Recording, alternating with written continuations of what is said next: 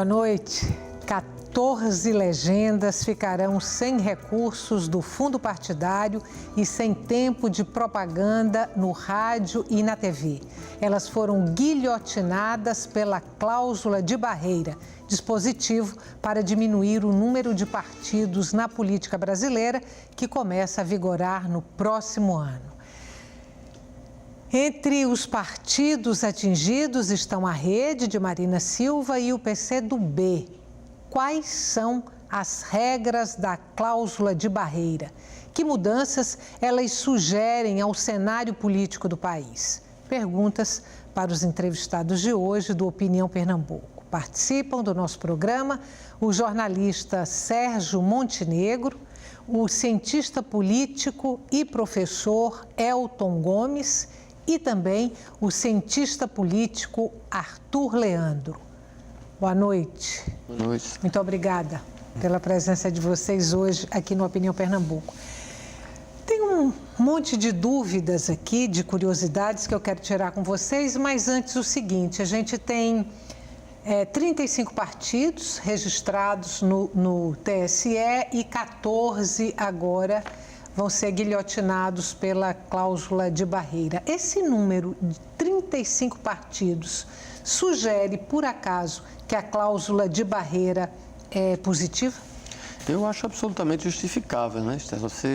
35 partidos é aquilo que a gente costuma dizer, falta ideologia no mercado. Não tem 35 ideologias diferentes que suportem 35 partidos. E, aliás, a cláusula de barreira, voltando um pouquinho, ela já foi aprovada antes, numa reforma política anterior, e alguns partidos, alguns com densidade, por exemplo, o PCdoB e, na época, o PSB, recorreram ao Supremo e conseguiram barrar a cláusula de barreira. Ela não foi colocada em validade e, na época, ela tinha uma exigência maior do que tem hoje. Hoje ela é progressiva, ela vai dando uma chance aos partidos. Ela corta em 1,5%, depois ela vai para 2%, até chegar em 3% lá em 2022 ou 2024, não lembro. Até 2030. 2030. Então, com 35 partidos é um saco de gatos. E dentro do Congresso, então, você imagina, nós tínhamos no Congresso, os professores que entendem números, 27 legendas. Eu ia falar 28, 27 legendas. Você calcule gente que era líder de si mesmo. Né? Então, ali, é claro, é evidente que são partidos de aluguel, são partidos que estão lá para negociar e para se vender, para o seu apoio e tal. Então, eu acho que é absolutamente justificável. Só lembrando uma questão histórica, quando a gente saiu quando o partido começou a redemocratizar o Brasil, a partir de 82, que a gente teve aquela primeira eleição direta já para governadores e tal, e em 80, um pouco antes, o bipartidarismo acabou, o Brasil foi para 82 para a eleição com 7 legendas. E já foi uma grande confusão, porque você tinha o PTB que virou PDT, houve um racha, foi subdividindo. Aquelas 7 legendas, elas tinham alguma densidade. Não era como hoje. Então, hoje o eleitor fica perdido, não sabe. Aquela coisa de vamos votar na legenda. Como é que você vai votar na legenda? Você não sabe o que é a legenda. O que é aquela legenda? Tem 35 registradas e um monte querendo registro. É isso? Exato.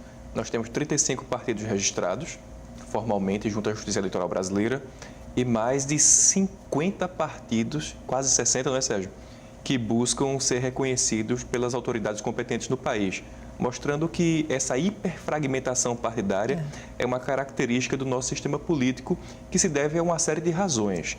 O mais interessante deles diz respeito à capacidade de dispor de recursos públicos na forma de fundo de participação partidária, depois da mini-reforma eleitoral do ano passado, também do fundo eleitoral que substituiu o financiamento privado de campanha, foi considerado legal no Brasil, e pela possibilidade de usar esse dispositivo institucional, usar esses dispositivos para poder barganhar junto com o governo, principalmente o governo federal, a fim de que ele possa trocar apoio político nas casas legislativas por benefícios de toda espécie, cargos, verbas, leniência de fiscalização, favores, e isso tem gerado no Brasil uma dificuldade muito grande do ponto de vista da concertação política e da manutenção de uma coalizão viável. Por isso, o próprio os próprios autores, os próprios atores políticos, né,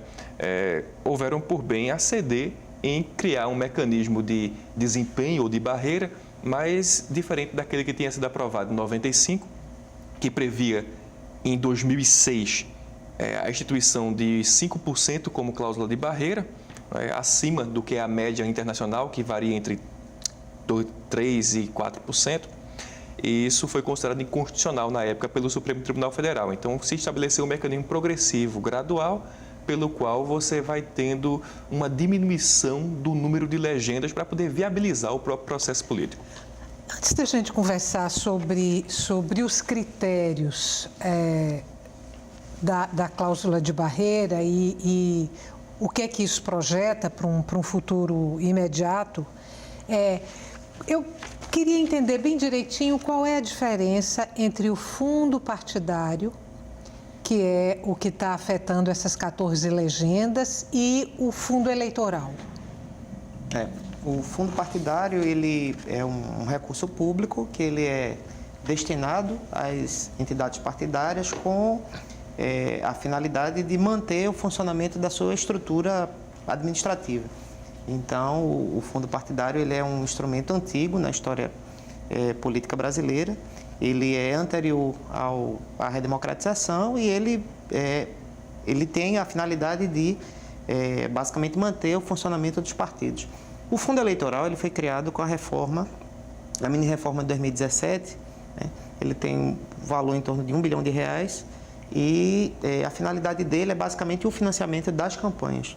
A função desse recurso é exatamente como o professor Elton destacou, a substituição do financiamento privado das campanhas, do financiamento empresarial, basicamente. Então, ele é a forma que o Estado brasileiro encontrou para promover o chamado financiamento público da campanha. Eles têm mais ou menos os mesmos recursos, porque eu acho que os recursos para o fundo partidário chegam a quase R$1 milhão.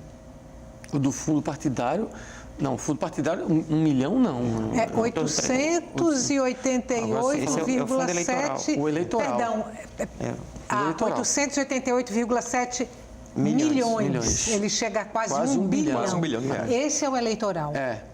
Porque esse é o fundo que vai, e aí é distribuído proporcionalmente, né, para os partidos, de acordo com as bancadas na Câmara dos Deputados, que vai substituir o que a gente via de financiamento privado, que eram empreiteiras, eram, enfim, conglomerados que faziam esse investimento nos políticos para depois cobrar o privilégio, o benefício que terminou acarretando em tudo isso que a gente tem visto na Lava Jato, né?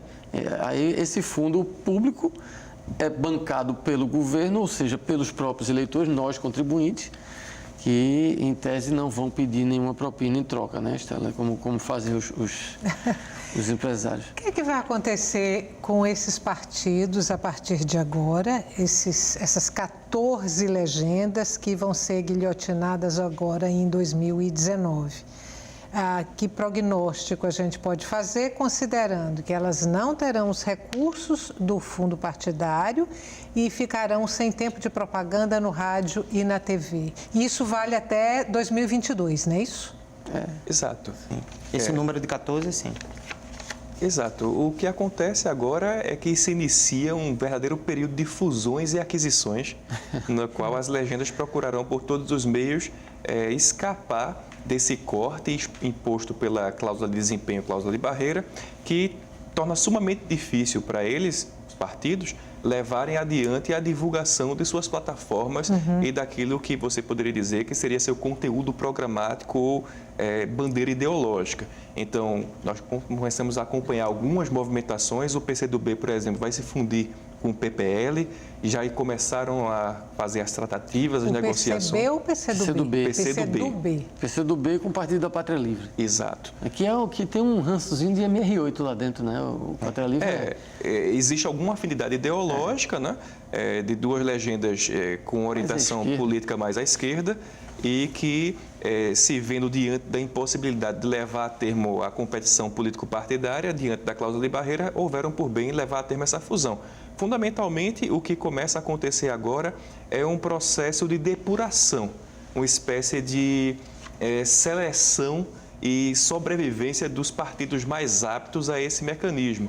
É curioso e muito importante que o espectador que nos assiste preste atenção que partidos que tiveram presidenciáveis nas eleições de 2018 foram limados pela cláusula de barreira. O Patriota, do Cabo Daciolo, o PCdoB, da vice do Fernando Haddad, Manuela Dávila, e a rede fundada por Marina Silva, que foi, na eleição passada, a terceira colocada, e nessa eleição largou bem e depois foi progressivamente entrando em rendimentos decrescentes. Agora, quando acontece um caso desse de fusão, tem que surgir um outro nome para o partido? Não necessariamente. Na verdade, a fusão de partidos é um curso de ação possível dentro do cenário político que se desenha, exatamente com a escassez dos recursos necessários à manutenção da máquina partidária. Então, é bastante razoável que os partidos procurem somar esforços no sentido de aumentar sua representatividade no Congresso e escapar da cláusula de barreira. Agora, existe também a possibilidade de alguns partidos não adotarem a estratégia de fusão, ficarem de fora dos recursos públicos e tentarem a sua sobrevivência partidária a partir de outros meios. Uhum. O Partido Novo faz isso, né? O Partido Novo, que foi do Amoedo, eles não recebem fundo partidário, nunca receberam e vivem de doação dos próprios filiados. Agora, até que ponto o filiado vai aguentar sustentar? Porque tem que sustentar o partido. Se o filiado parar de doar, o partido mingue e vai embora. Então, eu estava pensando na possibilidade, e no caso dos partidos que estão historicamente mais à esquerda, como PSTU, PCO, que são partidos que ficariam de fora da distribuição de recursos públicos, mas que são partidos que têm uma penetração sindical, que têm um tipo de uma dinâmica política que não é necessariamente... Eles têm menos necessidade de manutenção da máquina quando comparado com partidos que disputam efetivamente as eleições no sentido de criar bancada, de disputar o poder executivo, etc. Então, é possível que esses partidos eles consigam sobreviver sem a necessidade de fusão para pleitear esse tipo de recurso. A fusão é uma estratégia, né? Deve ser a estratégia dominante desses partidos que ficaram próximos da cláusula de barreira e que têm pretensões governamentais, que têm intenção de ocupar espaço dentro do Estado, mas não é a única estratégia. E uma consequência desse processo, eu me adianto em falar, é a valorização da política partidária. Né? Se não no seu sentido ideológico, mas basicamente como luta pela ocupação de espaços. Né? Se o número de partidos diminui, a disputa pelos espaços e pela ocupação da liderança, a ocupação de comitês dentro do partido, ele passa a ser valorizado. Tenta desfulanizar um pouco a eleição, né? Que hoje é completamente fulanizada. A eleição é em pessoas, não é partido mais. Isso que você traz, eu acho que se deve ao fato de que abrir partido no Brasil foi muito fácil durante muito tempo. Mais do que abrir firma, inclusive. Era melhor você abrir um partido do que exatamente lutar por um espaço, por uma liderança, por uma hegemonia dentro de um partido. Dentro de um partido então, já consolidado. Era mais fácil você criar um outro partido. Então, com o fechamento, com a restrição dessa possibilidade, o partido ele passa a ser um espaço de disputa política e a repercussão disso pode ser o aumento da identificação partidária. Os cidadãos vão conseguir identificar mais claramente, né, dentro do espectro partidário, qual o partido que mais bem o representa. Para a gente fechar esse bloco, que eu acho que ele está no finalzinho, o tempo está acabando, quais são os critérios hoje da cláusula de barreira? Esses 14 partidos que serão guilhotinados, o que foi que eles não conseguiram para estarem hoje nessa situação? Basicamente é o número de cadeiras na Câmara, né? Esse é contabilizado. Tem uma questão também de Estado, você tem que eleger a bancada... Quanto é a bancada mínima? São 6 ou são 9 agora? Eu não lembro mais. Tem um número mínimo para você eleger de deputados e em 9 estados, é isso. Em um terço dos estados da federação... 9 estados, você tem que eleger um número X. Eu acho que são 9, são... porque número é difícil para mim. E 1,5% dos votos. 1,5% dos votos. Dos votos válidos não pode entrar. 13 estados da federação, não, 9. É isso? 9 estados. Perdão, em um terço. Um terço. Um terço. Um terço E dos aí, estados da federação. E aí, isso passou a contar a partir da eleição proporcional agora, em 2018. Né? Então, a partir de 19, quando os partidos assumirem, os que já não atenderam essas exigências vão ter que cair em campo para não minguar, né? 2022 fica mais difícil, essas regras vão sendo apertadas. 1,5%, 2%, 3% isso, né? 2% em 2022, E 2,5% em 2026 e 3% a partir de 2030. Estabelecendo aí uma situação na qual o Brasil se tornaria compatível com a média internacional, que vai de 3% a 4% como cláusula de barreira. Muito embora alguns países, como a Rússia e a Polônia, estabeleçam aí uma cláusula de desempenho bastante elevada de 5%. Vamos fazer um intervalo curtinho. A gente volta daqui a pouco, não saia daí. O tema de hoje do Opinião Pernambuco é a cláusula de barreira que está tirando 14 partidos do cenário político, pelo menos nas condições em que eles estão hoje. A gente volta já.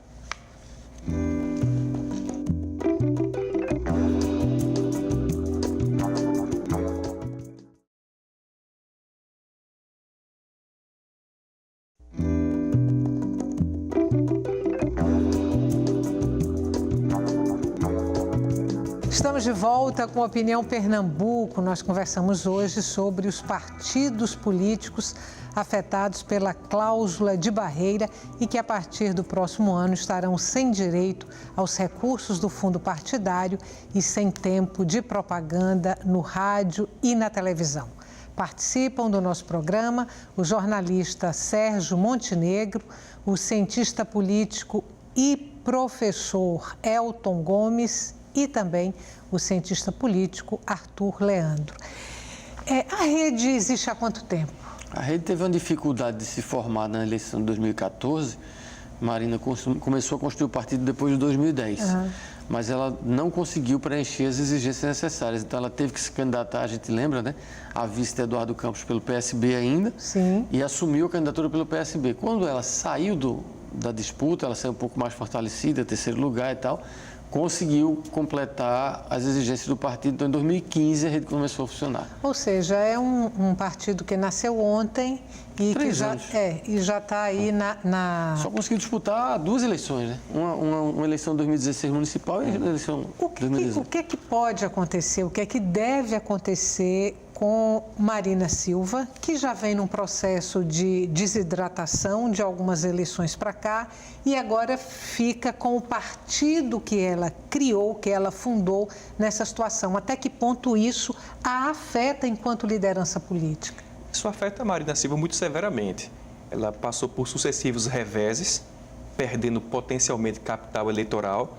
Ela se furtou de estar presente em momentos muito importantes da vida pública brasileira, sobretudo diante da Operação Lava Jato e seus impactos sistêmicos sobre toda a classe política brasileira. Adotou uma estratégia de jogar parada que poderia, no entendimento do grupo político que ela encabeça, ter preservado, né, feito aquilo que a gente chama na ciência política de holding, o cercamento, mas que acabou se revelando muito ineficaz diante do colapso do centro democrático, o fortalecimento do radicalismo político no Brasil, que culminou nessa polarização extrema entre Jair Bolsonaro do PSL e o lulopetismo colocado com o Fernando Haddad.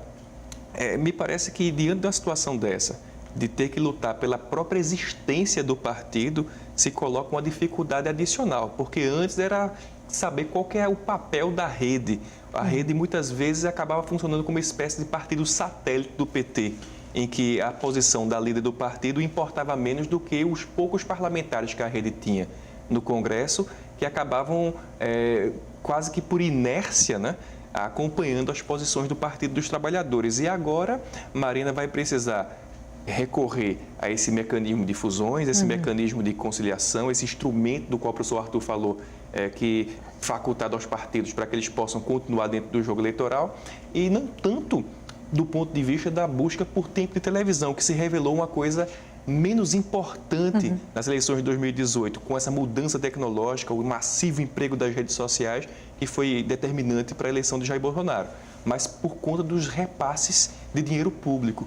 porque agora não é mais permitido receber doações privadas e no Brasil não existe um elemento cultural importante que é do eleitor financiar a agremiação partidária. Os partidos políticos no Brasil, eles têm baixo conteúdo programático, baixa consistência ideológica e sofrem daquele fenômeno que Sérgio fez referência, que é o personalismo da vida pública. Então, o vínculo entre eleitos e eleitores é muito pequeno e essa identificação ideológica numa constelação de 30 e tantos partidos é muito baixa, fazendo com que o eleitor brasileiro não tenha o hábito e nem o interesse de doar para os partidos, sendo a única exceção honrosa o caso do Partido Novo.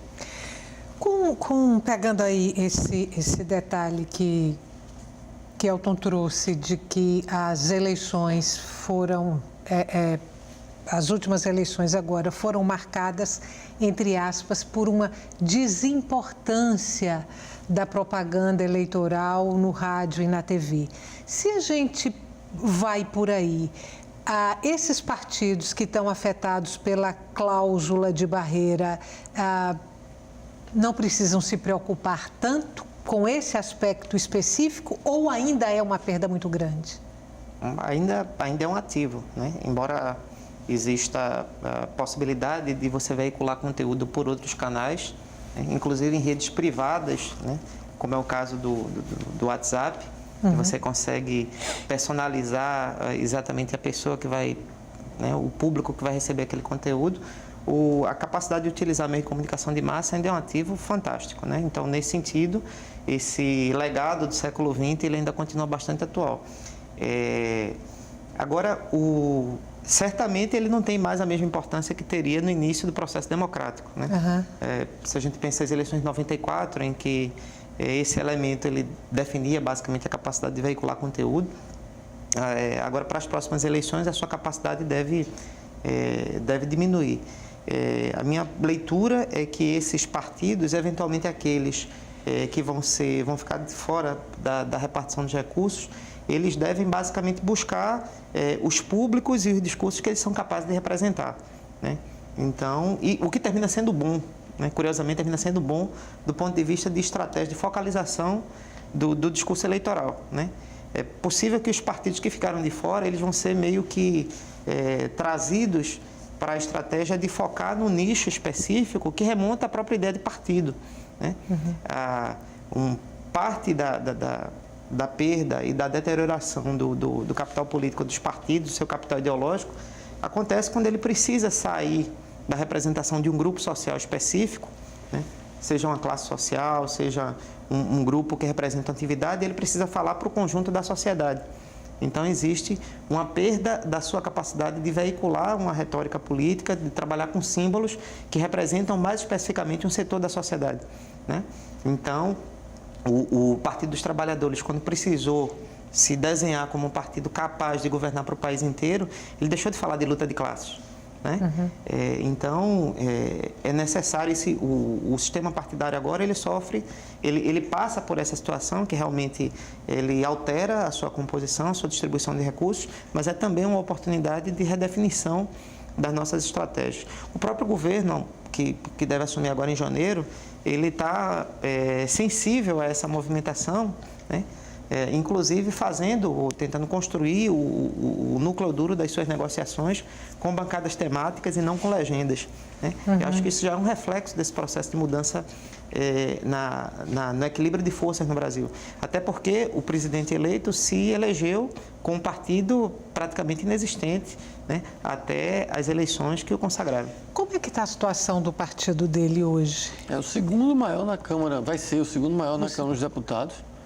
Lá só a bancada é a segunda maior, só perde para a do PT, né? Mas pelo que ele vem trabalhando ali, essa bancada dele deve crescer, porque além da cláusula de barreira colocar alguns parlamentares fora de jogo, não vão precisar de partido, ele abriu as negociações, como o professor Arthur falou, ele abriu as negociações com bancadas, que é uma coisa que é uma faca de dois gumes, claro, mas ele está arriscando, porque negociar com partido é a coisa mais insegura do mundo ainda.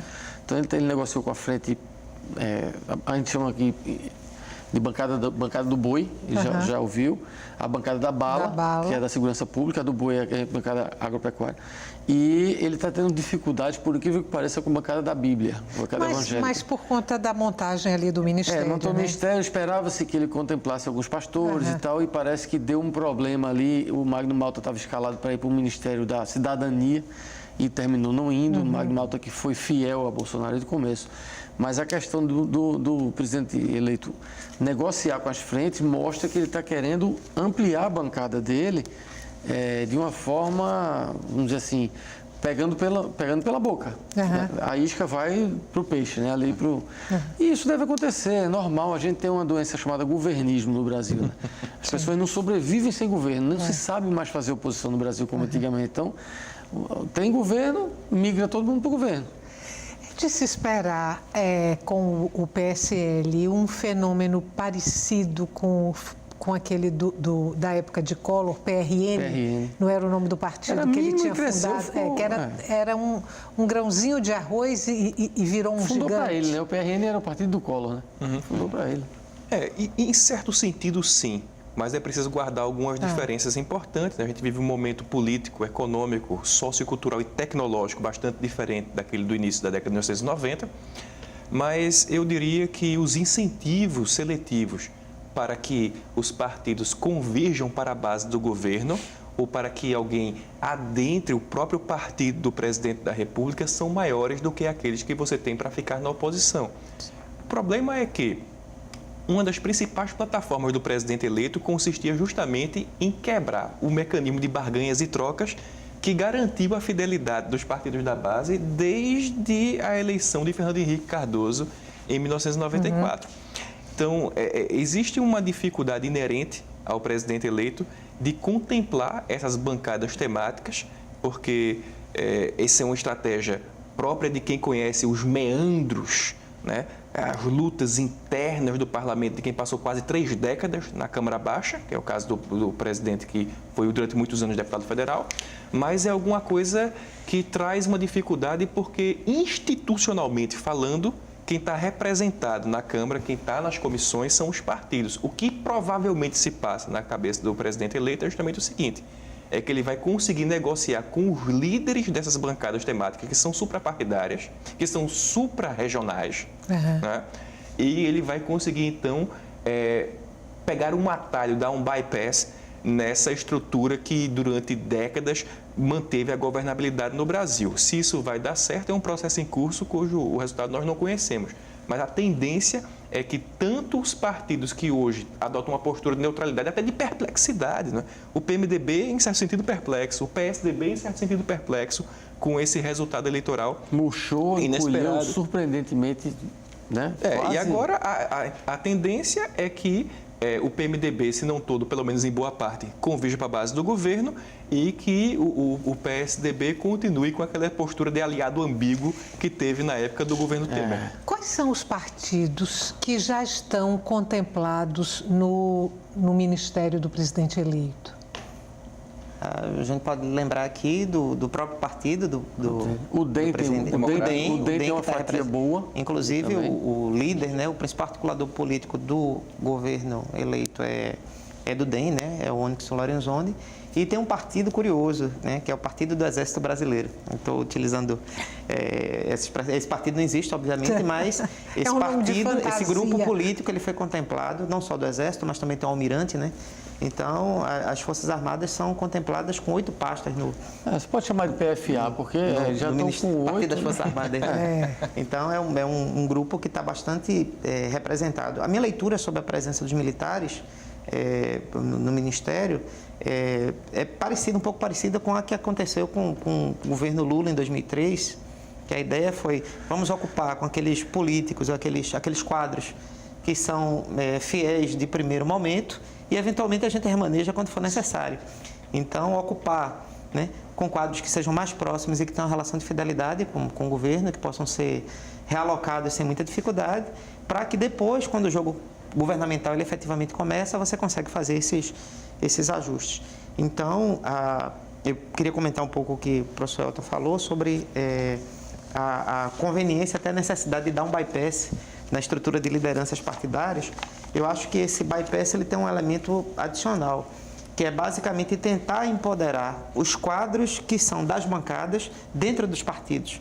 Então, aquilo que a gente estava falando no início, a disputa partidária ela vai ser mais acirrada, eu acho que se dá basicamente porque há dois jogos. O jogo das legendas, com as suas lideranças tradicionais, e o jogo das bancadas, que têm acesso efetivamente aos recursos no governo. Então, dentro dos partidos, quem vai ter poder, quem vai ter capacidade de vocalizar os interesses da bancada partidária são aqueles que estão próximos ao governo, que estão nas bancadas temáticas. Então, a disputa pela liderança dos partidos, ela deve ser animada nesses primeiros anos de governo Bolsonaro. E com um componente adicional de você não ter mais os ministérios como elementos de loteamento de cargo de primeira ordem. De portaria fechada, inclusive. Exato, é como se você tivesse agora outros incentivos seletivos que ainda estão se desenhando, que deixam os partidos políticos diante de uma interrogação gigantesca. Porque durante décadas, como eu falei, existia um relativo consenso que o número de ministérios era alguma coisa mais ou menos parelha com o número de partidos que apoiavam o presidente da República. Então, isso agora abre a possibilidade de outro mecanismo para que você possa garantir a chamada disciplina partidária, a disciplina da coalizão nesse caso. Vamos fazer um intervalo curtinho, a gente volta daqui a pouco, não saia daí. O tema de hoje do Opinião Pernambuco é a cláusula de barreira, que incide aí sobre 14 partidos políticos. Até já.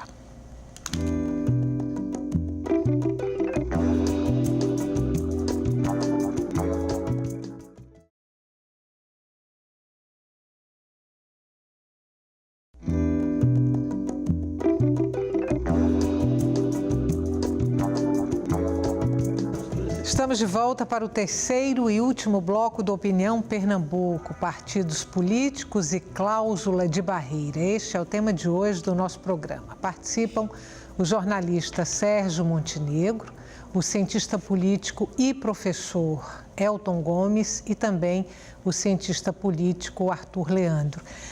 Antes da gente voltar para a questão da cláusula de barreiras, eu vou trazer uma frase sua. Enquanto a gente estava aqui conversando no bloco anterior, você estava falando sobre o presidente eleito e as articulações que estão sendo feitas, enfim. Aí você diz assim, quando o jogo político verdadeiramente começar a ser jogado, quando é que vai começar? Bem, política se faz com recurso, então quem governa é quem tem a capacidade de contratar, de demitir, é ter recurso e capacidade de executar orçamento. Isso basicamente é o principal fator, e não só na política brasileira, mas na política de um modo geral.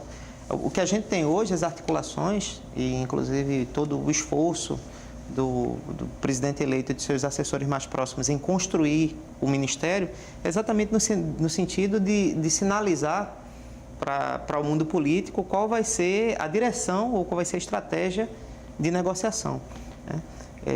Mas o governo começa efetivamente quando ele assume, né? E ainda acho que é uma coisa assim, o governo começa efetivamente quando o Congresso Nacional começa a trabalhar. Sim.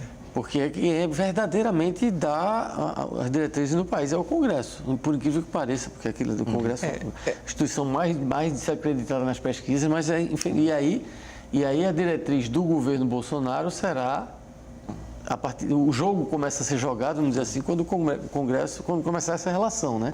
A partir de fevereiro, vamos dizer assim. A esse respeito, duas coisas têm que ser ditas. Existe o T1, tempo 1, e o T2, tempo 2 da política. O T1 é o tempo da campanha. É o tempo da disputa passional, onde prevalece muitas vezes um fator de natureza emocional. Passional. O T2 é o tempo do governo, que é o tempo mais longo, né? Onde prevalece a lógica da maximização de benefícios, da redução de custo, onde os partidos e os políticos têm dois grandes objetivos. Que chegaram ao poder, agora querem lá permanecer. Esse jogo no Brasil, que adota um modelo que ficou conhecido como presidencialismo de coalizão, que comporta dois elementos, né? Pluripartidarismo e o sistema presidencialista de governo, é adicionado com múltiplos pontos de veto. Nós temos revisão judicial por parte da Suprema Corte, nós temos a estrutura federal, onde você tem os governos locais que têm autonomia, é preciso também negociar. Foi por isso que o Bolsonaro indicou praticamente 2 ministros da articulação política, um para lidar com o parlamento, que é o Onyx Lorenzoni, e o outro para lidar com os chefes políticos locais, governadores e prefeitos, que seria o general Cruz. E você tem, além disso tudo, a dificuldade de você lidar com múltiplos interesses representados do ponto de vista nacional e setorial, que demandam um nível de habilidade política que esse grupo político do presidente eleito nunca teve condições de exercer, porque ele mesmo fazia parte do baixo clero na Câmara dos Deputados e o partido dele, como o professor Arthur bem fez referência, é um partido que serviu muito mais para poder dar legenda a Bolsonaro do que alguma coisa com representação orgânica, com vínculos com a sociedade civil organizada, não tem. com o empresariado, e começa agora a se ramificar. Então, o tempo 2 da política é onde você vai ter, com o funcionamento do Congresso, com as relações executivo e legislativo e as relações federativas, a política de fato no Brasil. Olha só, os eleitores de Bolsonaro, obviamente, ainda estão em intensa lua de mel com ele, né? Vamos pegando a situação toda brasileira, internacional que está aí e fazendo uma projeção de um futuro próximo. Vai dar para manter essa lua de mel por muito tempo? Vai ser duradoura? Não acredito, Estela, porque nunca acontece isso, né? Até o próprio PT, que tem uma afinidade muito forte lá dentro, meio que se decepcionou um pouco, principalmente quando saiu o Lula, entrou o Dilma. No caso do Bolsonaro, não tem, como disse o professor Elton, não tem organicidade nenhuma no partido. E o eleitor do Bolsonaro foi um voto de protesto, foi um voto um pouco de raiva até, foi aquele voto de não quero mais o que está aí. Então, frustrar um eleitor desse é muito fácil. Até porque o próprio Bolsonaro, quando está chegando agora na transição, e já está vendo que não é como ele queria, como ele podia. Aliás, não era como ele pensava. Por exemplo, na campanha era, vou reduzir para 15 ministérios. Foi para 17, foi para 19, já 22. Estamos em 22. Uhum. Por quê? Não é porque Bolsonaro está abrindo para dar cargo para ninguém, é porque é um país grande, continental, difícil de governar. E você não pode simplesmente sair enxugando tarefas e atribuições. Ele vai enxugar o Ministério do Trabalho, que é uma coisa que existe desde Getúlio Vargas.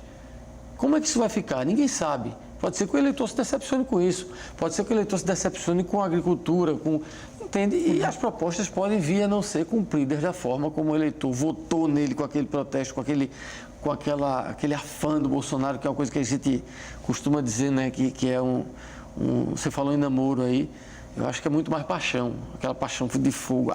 Esse cara vai me representar lá. Isso pode ser frustrado facilmente. Às vezes as paixões se frustram muito rapidamente, né? Então, são namoros de verão, aquela coisa e tal. Vamos torcer para que a frustração não se transforme em coisa pior. Porque nesse país, de 2 impeachments em menos de 2 décadas, de 3 décadas, uma frustração muito forte pode levar a um problema institucional grave. Então, vamos torcer para que não se frustre tanto assim. Mas não é fácil agradar o eleitor brasileiro. Não é fácil. Vamos voltar um pouquinho para a cláusula de barreira, para a gente dar uma respirada. Depois a gente retoma esses assuntos mais palpitantes. Entre os 14 partidos, a gente tem lá partidos mais à esquerda, os 14 partidos afetados pela cláusula de barreira. A gente tem partidos mais à esquerda e partidos mais à direita. Se a gente fizer essa divisão assim, dessa forma mais simplista que eu estou fazendo, que bloco tem condições de se resolver melhor? Os pequenos partidos à direita ou os pequenos partidos à esquerda? Se resolver, você fala sobreviver. Sobreviver politicamente. Em geral, os partidos à esquerda, eles têm uma tradição de militância, né? De enraizamento em algum setor.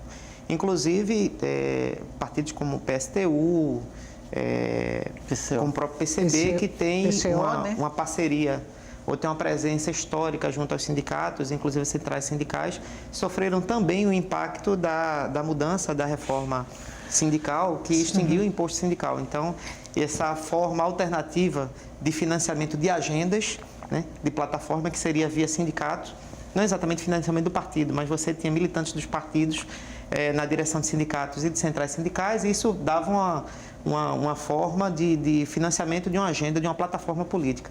Então, esses partidos, eu acho que eles vão ser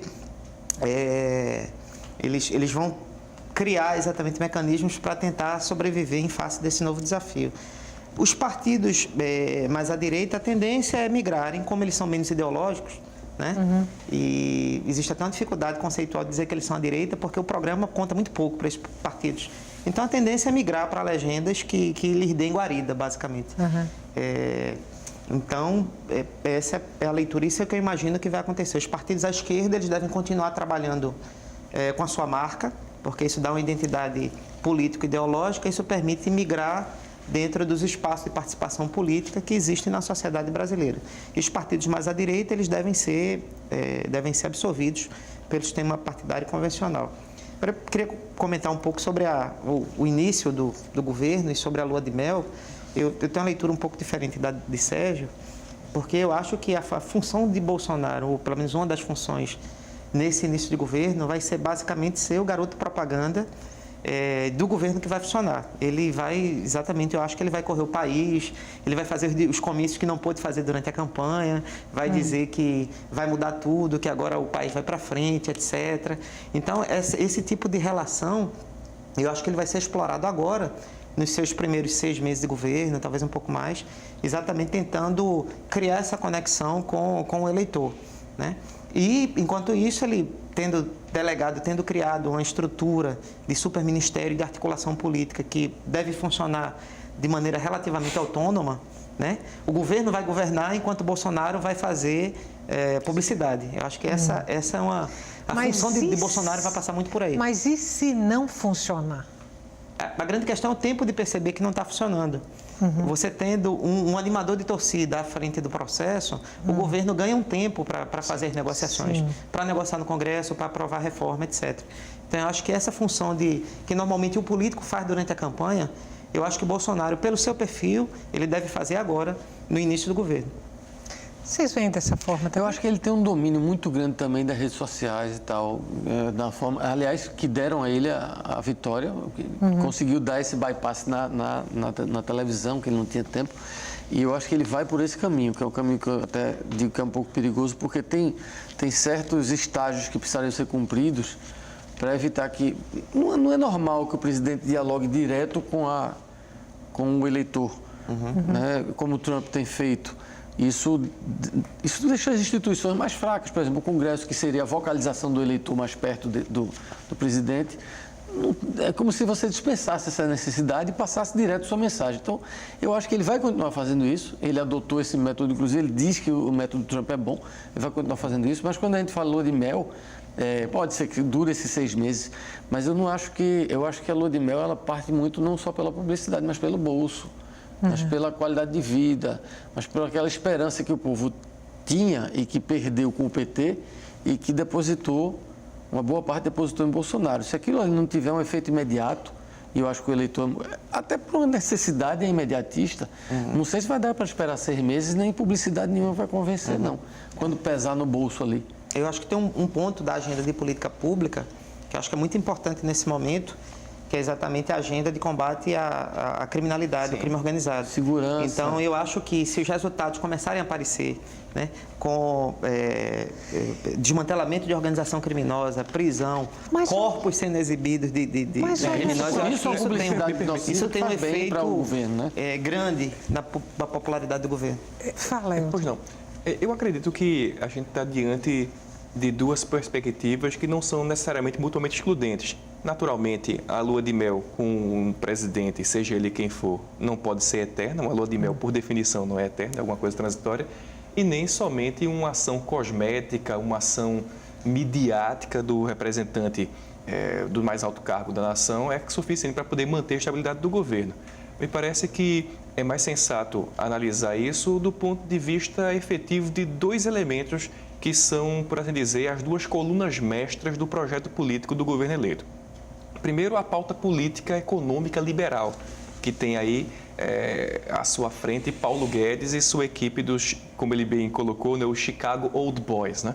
Que são os seus egressos lá da Chicago University, onde você tem um consenso. Inclusive, esse é o núcleo mais sólido e coeso do governo Bolsonaro. diferente, por exemplo, dos outros elementos conservadores, principalmente os conservadores religiosos, que divergem muito entre si, e os grupos antipetistas que estão dentro do espectro governista, seja por conveniência, seja pela busca por um cargo, seja por um projeto de poder. Agora, o segundo elemento, como o Arthur colocou, e eu acho que é importantíssimo que se frise ele, é a questão da segurança pública, porque de longe foi a principal pauta de Bolsonaro. E nesse sentido, como boa parte do que o governo federal pode fazer, ele pode fazer por decreto, mesmo que a competência constitucional para a segurança pública seja hoje dos estados, algumas ações de força mais visíveis, como, por exemplo, o envio das Forças Armadas, tendem a vitaminar, a robustecer o governo. E eu não tenho muita dúvida de que o governo vai investir nesse tipo de ação logo a princípio. Isso tudo com um momento no qual, nesses 6, 7, talvez 8 meses de governo, se tenta aprovar pautas mais difíceis, como principalmente a reforma da Previdência. Eu quero voltar um pouquinho a essa questão da violência que vocês, combate à violência que vocês trouxeram aqui, que é um pouco o cartão de visita do presidente eleito. Eu queria trazer duas coisas. Uma, a violência é um problema de raízes muito profundas, né? Você não resolve a violência com canetadas, só com canetadas. A gente também vem aí da experiência do Rio de Janeiro, que foi um fiasco, que foi um fracasso. As tropas federais entraram ali para não resolver absolutamente nada.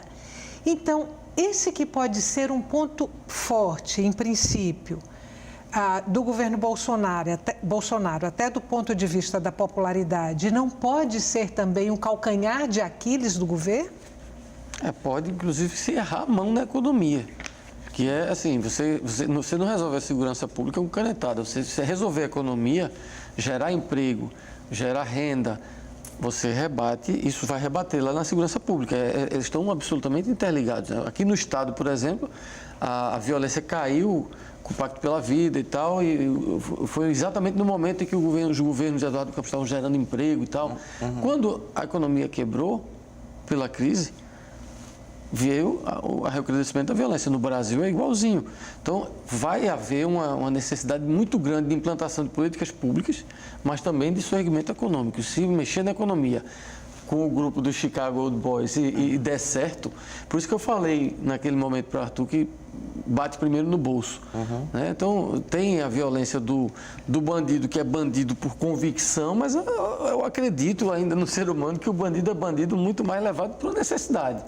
Então, se você resolve a economia, pode resolver a segurança. Não é isso? Eu acho que é uma fórmula básica.